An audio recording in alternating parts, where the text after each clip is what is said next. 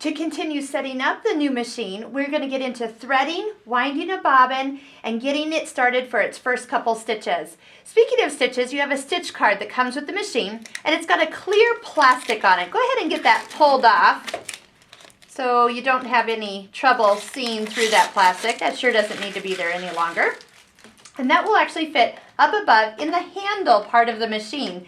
If you have this with you, you always know what stitches and their numbers are for the decorative stitches. If you don't have this, it is also listed in your manual. But I like to keep that right up here, so I always have it at a quick glance. Also, your warranty card. Bernina warranty is 2 years on electrical. That's going to be your power cord, your foot control type. You're 5 years on your circuit board. So there are circuit boards in here that run the machine, and then 20 years on the mechanics of the machine. And that really does cover everything that you need. And then, again, take it into your Bernina dealer if you have any questions regarding its use or how it's actually running, and have it serviced once a year by a true Bernina technician. We're going to get into threading the machine. We have a bobbin and bobbins. Let's talk bobbins.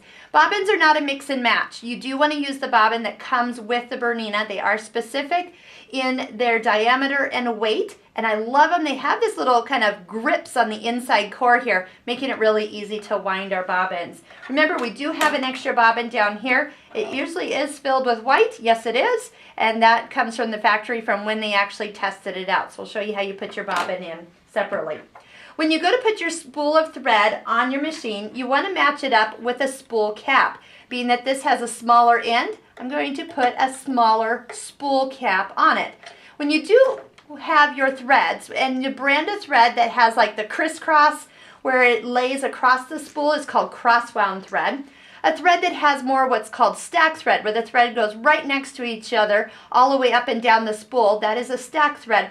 Cross-wound thread you want to lay on the horizontal spool pin, and stack thread you want to put on the vertical spool pin. To prevent it from spinning, you can go ahead and put one of the extra foam on there, and then that will actually have it nicely sit and spin off there. So for our cross-wound thread, we have a spool cap that has no gap in between the spool and itself, so then the thread won't get caught in there. That can happen if you don't slide it all the way on. You always want to use the guide that is directly in front of the spool. There is a guide back here. You're going to take it with your two hands, lift up, and come.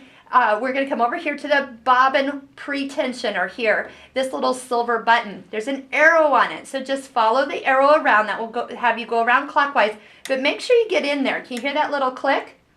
That's the pre-tensioner. That's what makes a bobbin wind nice and tight. If you don't get it in there, you kind of get a bobbin that's wound kind of fluffy, and that is not good to use. So we're going to put the bobbin on the bobbin winder, and take your thread and wrap it also with the direction of the pictured arrow around it. I usually just keep on going until I run out of thread.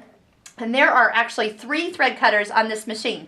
The first one is up here with the bobbin winder. So when I'm done, I'm going to come around here, and on the back side of the lever, there's a cutter, and cut my thread.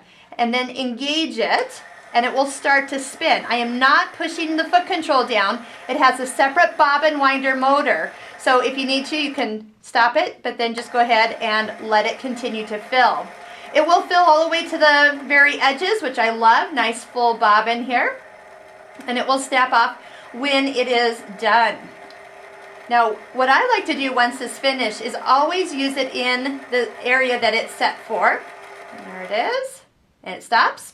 And because when you lift it up and use the cutter for cutting the thread, this is in the perfect position to flip over. If you flip it over and drop it into your bobbin case, it will be spinning clockwise. By spinning it clockwise, you're going to have it drop down in the small little groove on the side. I hold the bobbin with my fingers on the top. That helps it from stop spinning. And then there's a groove along the side of the bobbin case. Bring your thread down the side and click it in. There's kind of like a little C area. Make sure your thread is sitting in that C area. And this thread can be on either side of the little finger that's coming up here. If you become left-handed when you use your Bernina, it will easily place the bobbin case into the machine the easiest, because as you bring this down, your fingers are perfectly positioned to push that all the way in. Make sure it gets all the way in there. Sometimes you hear a click, but sometimes you don't, so don't always depend on it. Here is cutter number 2. The cutter number 2 will cut my bobbin thread to the perfect length. That way I don't have to bring the thread up when I start to sew. It will come up on the very first stitch. Okay, the pre-tensioner back up top here is only used for winding the bobbins. So now we're ready to thread the machine. So we're coming across the back, always using the first guide that is in front of the thread. And now we're coming all the way down. Do make sure your presser foot is in the up position when you thread the machine. And you do have some little arrows here too, so follow all the way down. Come up underneath this silver arm. And here's the take-up lever. You're going to go in on the right side all the way to the back and then down on the left. And it'll hook right in there for you. And that way, it's ready to go. There's one guide at the base of the housing. Just slip it behind on the right. And one guide at the top of the needle. It's open on the left. Just swish it around there. We'll get a close-up on the needle threader, but I love the needle threaders. It just pulls it right on through. And then to start sewing, you're going to look for the groove in the side of the foot. Slide the thread underneath the groove and off to this side. And then we're ready to stitch. If you have a long thread, you're going to locate thread cutter number 3. It's on the far left side and on the back corner of your machine. It'll cut the thread and even hold your thread up to it. Now I do like the slide-on table. Here it is. For extra workspace. So you just slide it on. I like to position my hand over the edge here and just give it a little tap and it's attached. I love because it's actually fully attached to the machine. It's very sturdy and it's a free arm. So if I have a skirt or something and I'm going around it, that fabric will go all the way underneath the table and under the free arm of the machine. Love it, love it. So we're going to test out the machine, make sure we threaded it correctly. Take a piece of fabric, fold it in half.